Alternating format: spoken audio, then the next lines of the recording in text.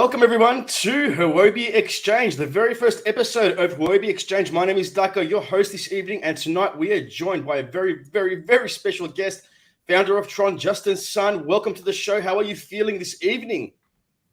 I'm good. So nice to meet you, Dako.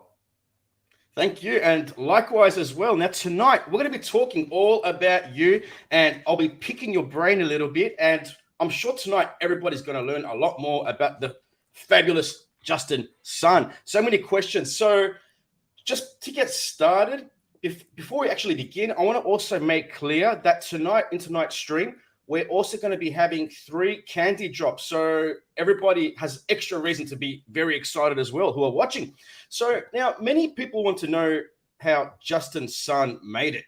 You made a great coup when you first entered the crypto market. Your experience before the age of 30 is really worth sharing with the Huobi audience. So can you tell us a little bit about how you started and your background, and we'll move on to bigger things after that. Yes, sure. So basically, I in 2007 I go to Peking University for history major, and then in 2011 I go to United States Yuchen for my master degree. And when I'm still in graduate, I created my company. I think around 2012. That's how I get into the crypto in the first place. And that's the first time I know Bitcoin. So and since then, I think I basically all my job like full time. I'm in crypto industry, and the entrepreneurship for today, I think is just like 10 years. Wow. So I would like to ask you, how did you make it to get on the Forbes China list at the age of 25? Yes, sure. So Forbes, I'm on the list of both like Forbes Asia and the Forbes China. I think in around like 2015 to 2017. I think at that time I was like one of the most like famous entrepreneurs, younger entrepreneurs under 30s in China. So that's like how I get those on those lists. In the first place, some of them still like very active in entrepreneurship. For example, one of the founder of ByteDance. So for the Western world, people is more familiar with their product TikTok.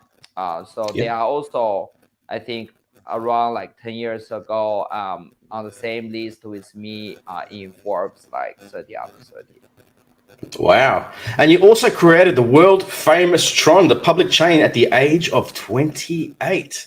And you became one of the earliest blockchain evangelists in China. You even spent 31.5 million on buffet's lunch at the age of 29. Now, are you proud of yourself? Do you ever like sit back and give yourself a pat on the shoulder and think, you know what? I'm proud of myself. Do you ever feel like that? Or do you forget these things sometimes? Yes. First of all, I think after like 22, I choose a very exciting like life experience, basically entrepreneurship. I think I achieve a lot in terms of the like the things you mentioned. But I think the core business for myself and the mission for myself is still to create the best user experience for the crypto community and for our customer.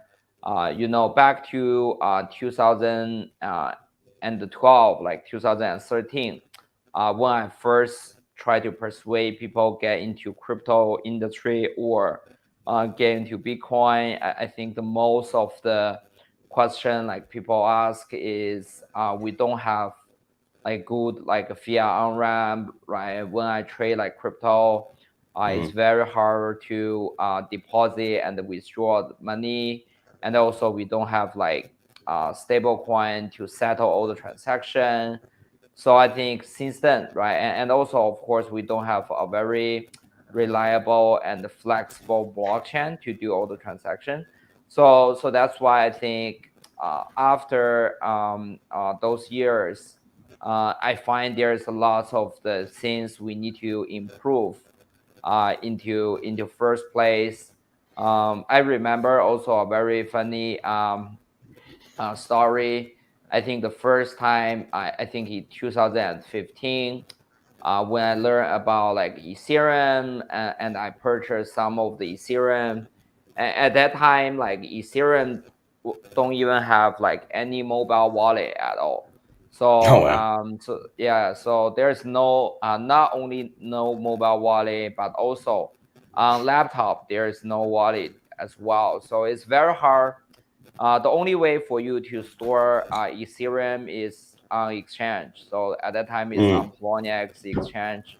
So that's the only way. So I think after 7 years, we have got like a huge progress in terms of infrastructure support Oh and yeah. and also platform building.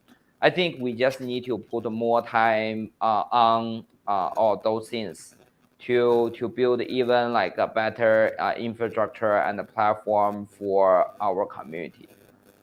And there's always roadblocks along the way. Many projects come out with their roadmaps and they think they've got everything set in stone. And then there's all these unexpected roadblocks and barriers that you also have to overcome, because this is still an early technology and everybody is still learning every day more and more and more. So that's one of the biggest challenges, the roadblocks, the unexpected roadblocks. Many people get upset, oh, this project is delaying this, delaying that, but they don't realize how many problems come along the way too. So that's pretty interesting to hear. Now, there are many labels around you, like Marketing Genius, Dream Fund, Grenada WTO, Representative, et cetera, et cetera, et cetera. But I think there is some controversy about how successful people are. How do you feel about these labels of controversy? Yes, I agree with you in terms of the there is so many things we need to cover here, right? So one of the reason I become the ambassador and permanent representative of Grenada to WTO is I really want to push forward the digital economy and the blockchain agenda in sovereignty states level. As we all know, like WTO, like UN is a perfect platform for setting up the international agenda, global agenda for new technology. And they need, I think, this kind of the fresh blood in those organizations since they have been, I think, for the last century, like for so long. I think they only focus on a very traditional like industry like topic.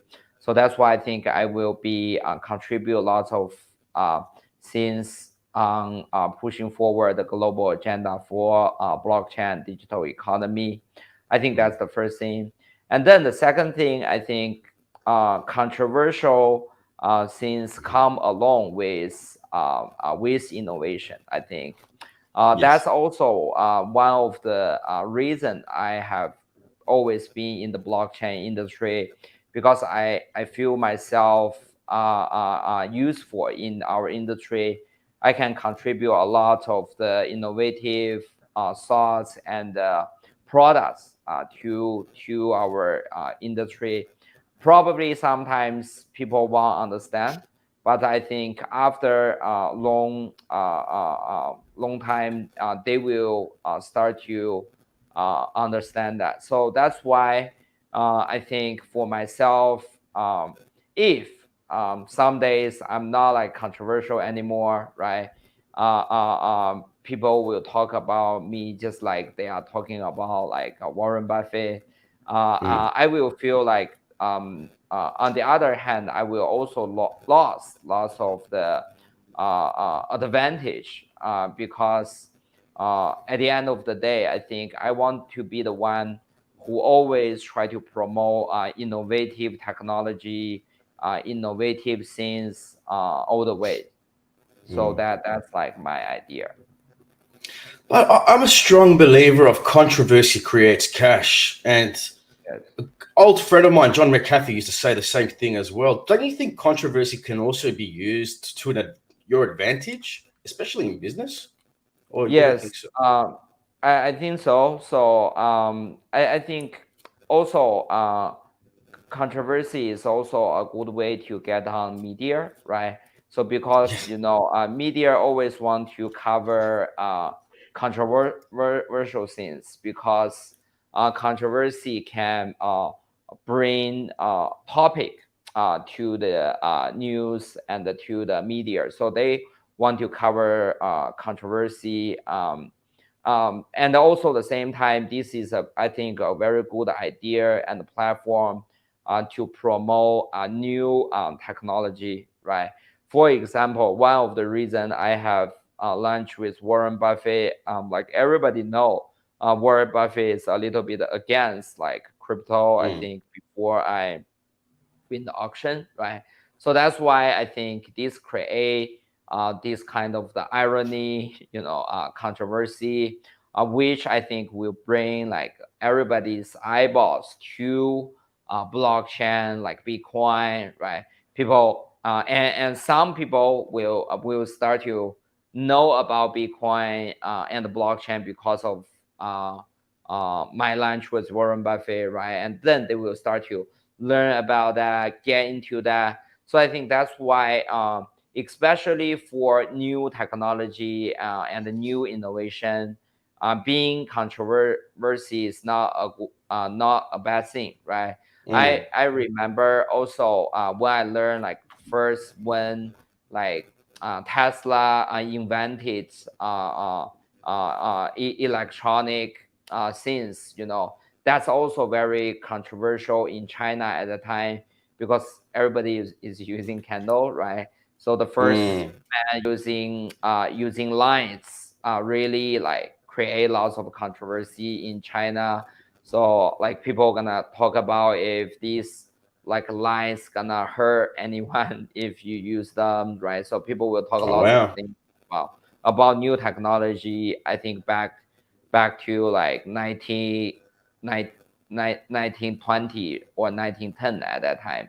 So Oh, like wow. 100 years ago, right? So that's why I think we always need to be controversy to promote new technology and the innovation. Agreed. And as you mentioned earlier, the media loves the bad news. And to them, Yeah. bad news is good news because everybody runs to the bad news to find out what's this headline all about. But when it's something nice, like Yes. today, a cat was saved from a tree, nobody wants to read things like that. They don't want to see nice things. They want to see Yes. controversial things, right? I'm Exactly. guilty of it too. Now, Exactly.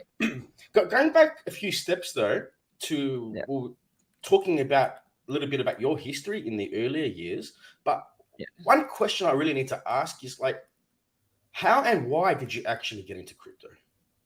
Yes. So I learned about crypto currency. At that time, there's no like cryptocurrency. There's only Bitcoin. So Yep. I think it's on the New York Times in like 2012.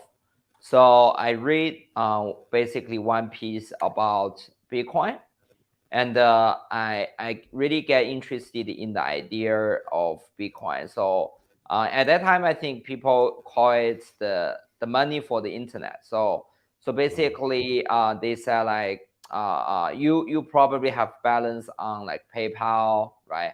Alipay, like those softwares, but those money don't really belongs to you, right? But the Bitcoin is P2P like open source software.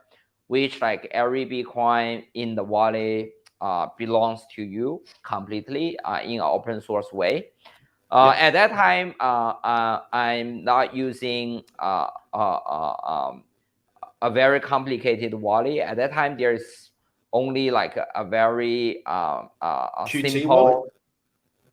wallet? The wallet is called like multi wallet or something. It's a very early stage wallet. They abandoned on the development, I think, in 2017 or something. So Ouch. because it's but it doesn't matter because it's an open source software. So anyone with your money, even they abandon to develop on it, you can still like send them, you know, because the secret key is the same one, right? So so that's why I get interested in Bitcoin, and then at that time there is lots of people don't know that, but the biggest exchange I think in 2012 for Bitcoin is Taobao. So basically, it's eBay in China. So there is no like actually an exchange, right? So it's just like people mine Bitcoin and then they sell on Taobao, sell on eBay, and you just chat with them, right? So tell them you want to buy some Bitcoin, you know, and then they gonna sell to you.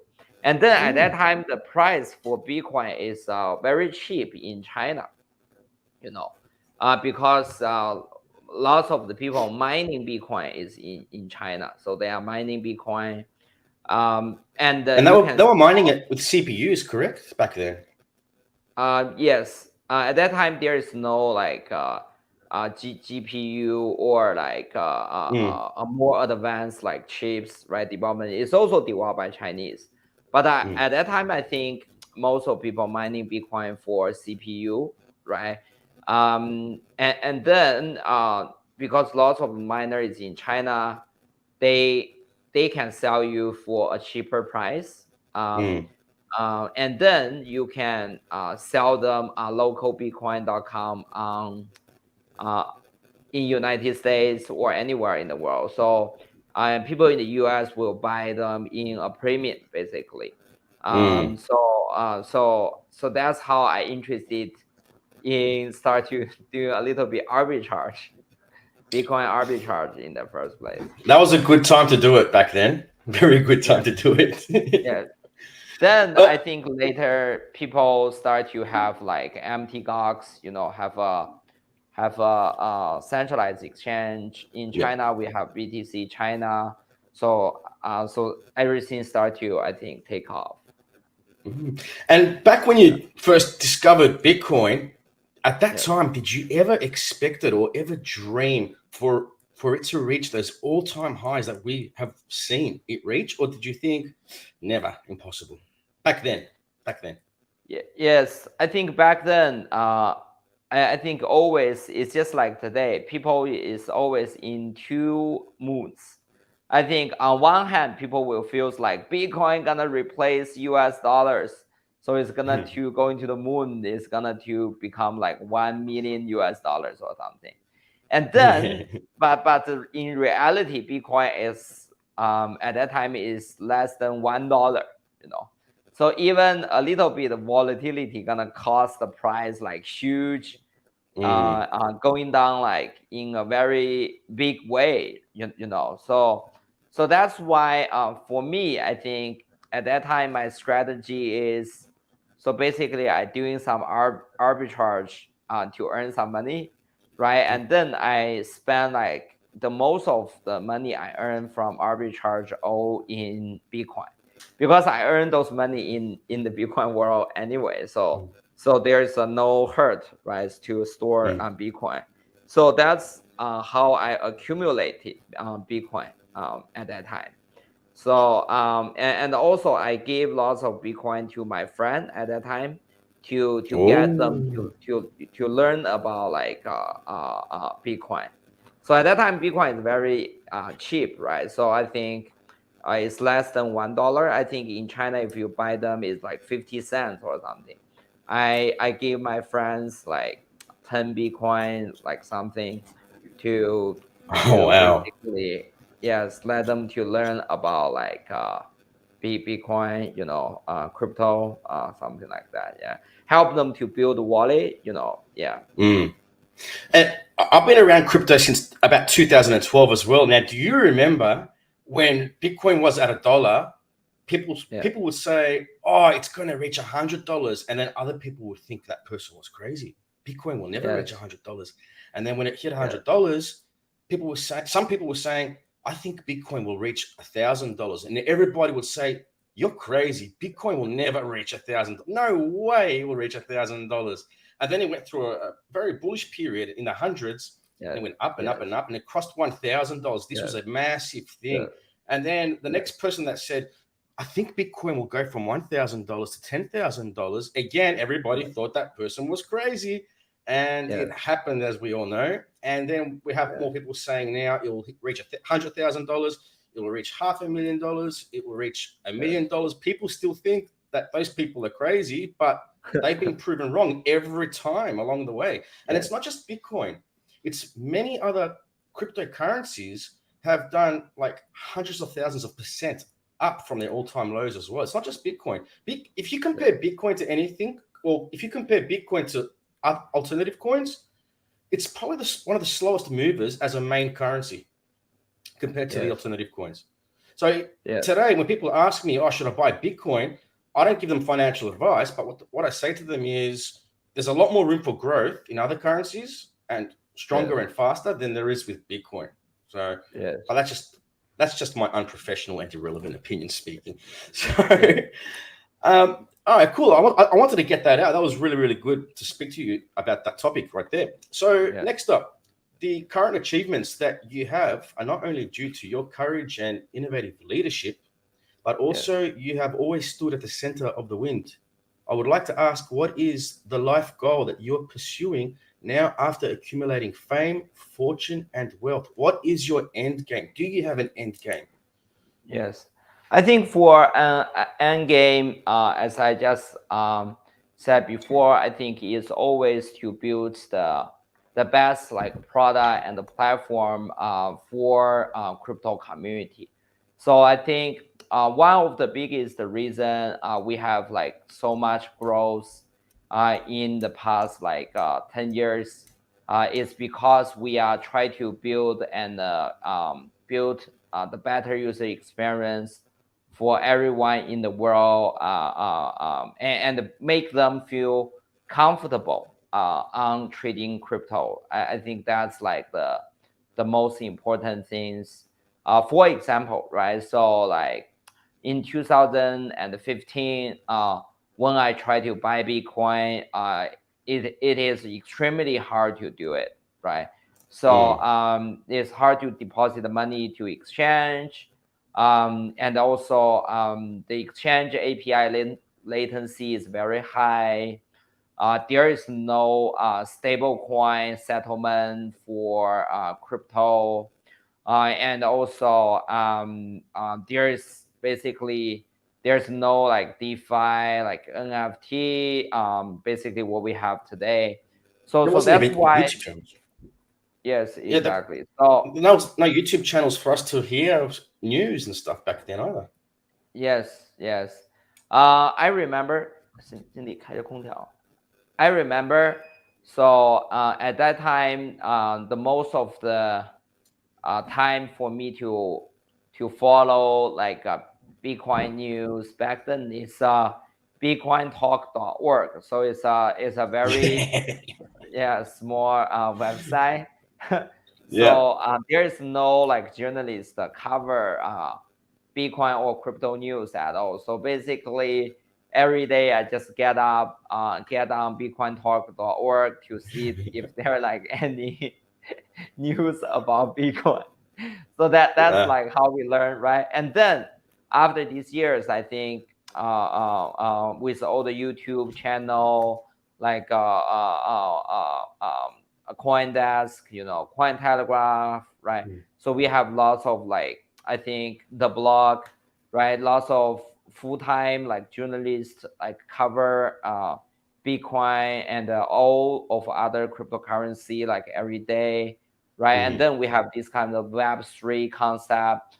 Lots of the VC and people start to get into our industry, to build our industry. So I think that's like very important for us.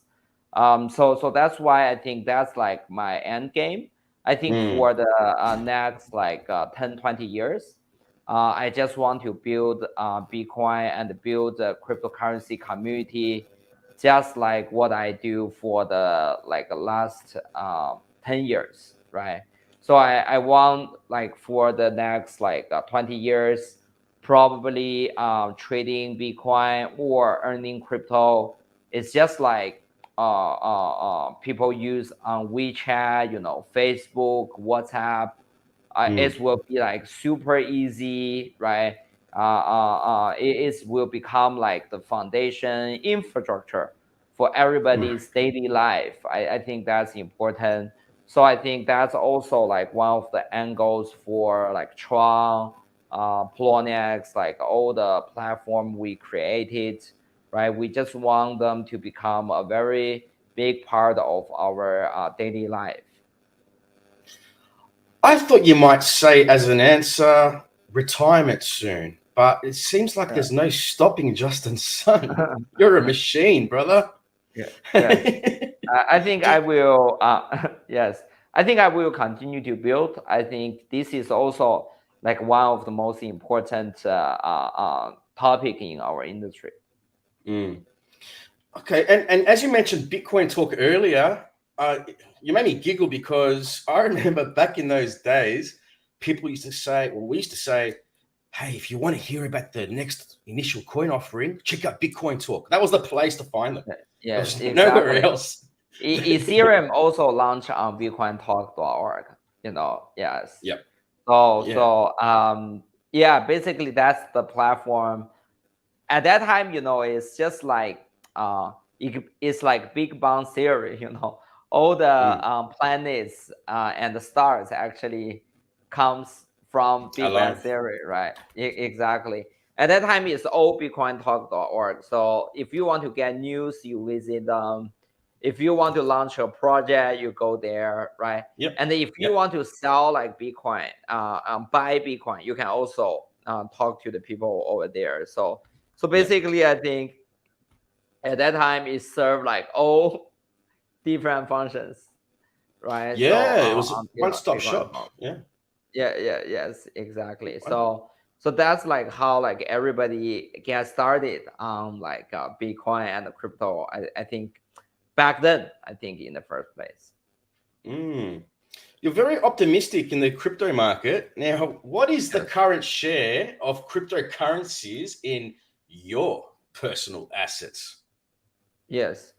I think right now, of course, I holding like TRX is most of my holding, and also I holding like BTT, you know, NFT, you know, JST, some Wing token, and different stablecoin like USDT, you know, USDT, USDC as well. I think the right now, most of my energy currently, I advise him on lots of USDT development. Huobi is also one of the first exchange support USDT, because I think a decentralized stablecoin is very important for the growth of crypto markets. So that's why recently I basically focus all my time on decentralized stablecoin. Nice. Now, Satoshi Nakamoto defines Bitcoin as a peer-to-peer electronic payment system, and the International Monetary Fund does not encourage its use as legal tender. So far, El Salvador is doing this. Does this tell you that Bitcoin has lost its currency status? Yes. So first of all, I definitely very happy about like El Salvador give Bitcoin as a legal tender status, which I think in the future Bitcoin will become a reserve currency for lots of like central banks, for the government. I think that's like the angle for Bitcoin to become like a global gold, basically compete with gold, to become a global reserve for everything. I think that's for Bitcoin. And also, the same time, I believe in the future, a payment infrastructure will still become a smart contract platform, just like, for example, like Tron. I think we are doing a very good job in terms of like payment network. We are settling every day. We are settle more than from 5 to 10 billion US dollars every day. Wow. And yes, with very cheap like fees, So I think we are doing a very good job on payment settlement. And also today we have like USDT, USDD, USDC, TUSD, all different kind of the stable coin. They all issue on Tron network. I think compete with one another. That's also I think very important, since these basically made Tron become one of the most robust like payment network in the world. So I think in terms of payment, right, P2P electronic money, if you ask me like what's the future, I think it's the digital dollars. So basically all different kind of the stable coin, they basically will take the place of Bitcoin in terms of like digital payment, and they're gonna build in on a very robust like payment network. I think definitely Tron is one of the most like successful candidate for it. Wow. Well done. Well done. Yeah. Now, next up, earlier the European Union reached an agreement on cryptocurrency regulation after 2 years of negotiation. So the agreement will be the first attempt at comprehensive regulation of cryptocurrencies. What do you think is the impact of encrypting users? You sort of answered it a little bit just now, but let's talk a bit more specifically now. So what do you think would be the impact of encrypting users? Yes. First of all, I definitely welcome like regulation come to our industry, right? Because I think one of the biggest reasons for lots of the peoples or the companies they can't get into crypto industry is because of the uncertainty of regulation of crypto in the first place. I think if we can basically discuss it with different sovereign states and the international organization like EU, right, and in Caribbean is OECS, like all different kind of the regulators in the world to reach, I think, a very certain framework for Bitcoin. It will be and also cryptocurrency trading, like all of our industry standard. It will be very important for everyone to get into our industry, right? Because builders and users, they want certainty. Even I mean the certainty probably not be the perfect way, right? But still, I think the certainty provide a lots of opportunities for everyone. I want to give you like an example. I think for the cryptocurrency exchange in Korea, right? South Korea, they have a very strict regulation. For example, like you can't withdraw crypto to anonymous wallet like from exchange. Oh, really? Yeah, no Oh, way. wow. So basically, if you buy Bitcoin in Korea, you can only withdraw to other exchanges. You can't withdraw to like a Bitcoin wallet, right? So that's their requirements. So I think even I mean we have those requirements, as long as I think right now, after those requirements, Korean government give license to the different crypto exchange, so basically they can serve their users in a very good way. So I think that's also a very big progress. So basically, provide lots of certainty for the creators in Korea. So that's why like everybody is doing crypto in Korea. Korea is, I think, one of the third largest crypto markets, right? So in the world. So that's why I think certainty, even sometimes, might not be a very perfect certainty, but it's really helped our industry to grow. So that's why I encourage like everyone and all the builders in our industry to eventually reach agreement, right, with regulators, and to do our business in a certain legal framework. I think it will definitely benefit the whole industry. Yeah, I agree. I agree. Now, the world's major traditional internet giants are in the layout of the meta universe. Not only Facebook renamed Metaverse, China's internet giants such as Alibaba also start to do Ant-Chain. Tencent have launched the Phantom Core digital collection platform, and Xingong launched the Lingxi digital collection platform. In your opinion, what is the intention behind the accelerated layout of digital collections? Yes. So first of all, for collaboration with big enterprise is also one of our priorities these days. I think most of the people remember in 2019, we partnered with Samsung, right? So to integrate TRON ecosystem with Samsung mobile phone. So today, any mobile phone in the world produced by Samsung is embedded with TRON blockchain, right? So we are also happy to collaborate with like Meta, Alibaba, like Tencent, JD, in terms of like integrate into blockchain technology. That's always like something we are doing here.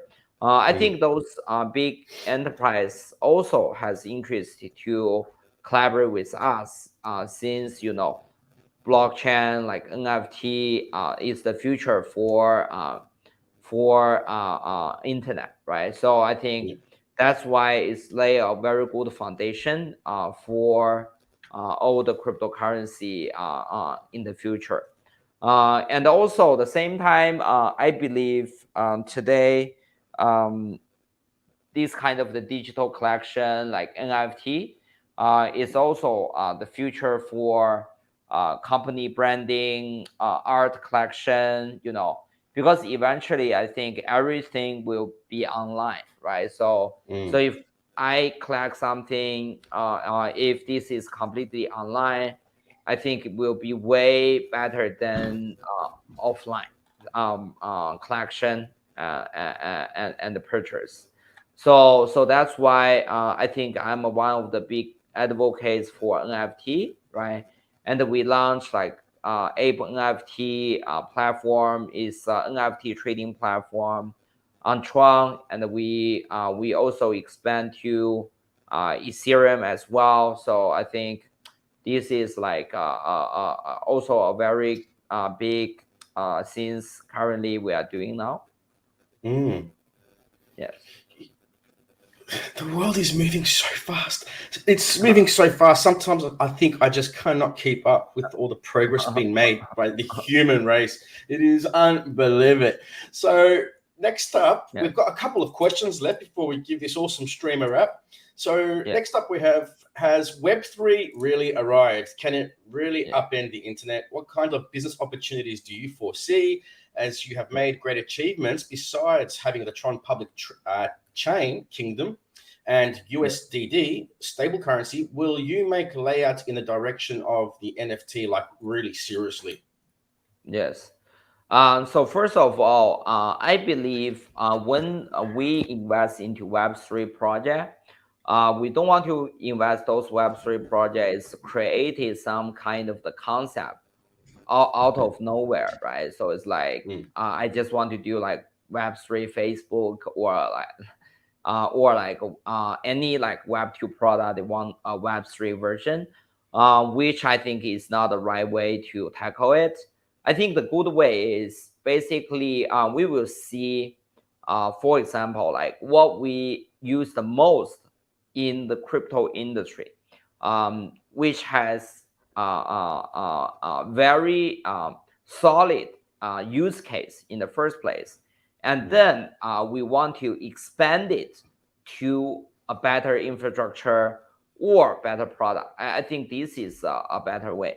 I can give you like an example, right? So when we first trade crypto, like all the USDT is on Omni blockchain. So Omni blockchain basically share the same infrastructure with Bitcoin.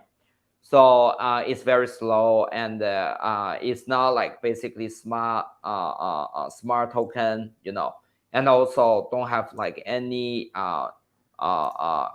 infrastructure support. Wallet support is very poor. So that's why I think we start to do the work to migrate USDT from Omni layer to TRON layer, which I think really benefits everyone, even benefit Bitcoin, because since Omni like migrate from Omni to TRON blockchain, is way easier for people to transact Bitcoin, because they don't need to share the capacity with the USDT user anymore. So that's why I think everybody get benefits. So that's, I think, is a very good example, like how you find out like what I should do on blockchain industry. I think really always to stick to those like use case has like very solid use case, like everybody use it like every day, right? So I think to improve those things, I think has the biggest promising future. Nice. Now, Justin, I'm very pleased to say that tonight both you and I have made history together. This is a moment that we will share for the rest of our life, brother. Yeah. You and I are the first two people to ever be on Huobi X-Change program. Congratulations to us. It's been an absolute pleasure. Now, we have reached the end of the stream. Is there any advice you would like to give to our viewers on life, wealth, or crypto and success? Please enlighten us. Yes. So I think one of the biggest advice I want to give to everyone is crypto is a very long journey. So I have been in crypto world for 10 years now. I think for the next like 20, 30 years, I will continue still build in the crypto industry. So that's why I think we need to be patient. And I know lots of people, when they trade crypto, they want their crypto to be overnight like 100 times return, right? But I think as long as you be patient and don't use too much like leverage, you know, and always building on the crypto industry, I think eventually like everyone will get a very good return based on the things we are building. I think it will also be way better than the traditional finance investment. But I think the only thing we need to have here, we need to be patient and need to focus on like building things.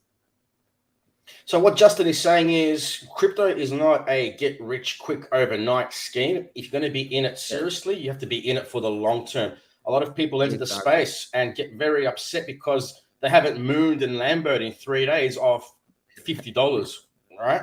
And it's just ridiculous. So this is money. This is serious money. This is hard-earned money that everybody is putting in. And if you want to watch your precious little baby grow, you don't force the baby to grow. You let it grow naturally at its own pace. Exactly. Yes. Yeah. And just before we go, is there anything else you wish to add to that, or I think it's all good on that. Okay. One quick question. I'm really, really curious to know. What is your favorite food? My favorite food is Chinese food. Yeah. Anything in particular? A particular dish? A particular meal? I think Spicy, not for spicy? no spicy. I don't eat spicy food. I think the best food I want is I think tomato with fried eggs. Yeah, I eat these dishes all the time. Yeah. Oh wow! All right, simple Yes. but to the point. I like it. Yes. Awesome, Okay. Justin. Thank you once again so much for coming on. I look forward to Yes. seeing you back in the future at some point. Really excited, Yes. and thank you to everybody for joining. Thank you to everybody for commenting. Thank you to everybody for smashing that like button and for subscribing as well. Justin, until next time, and everybody else too watching, please be safe, be healthy, Yes. trade wise, and as always, rock on.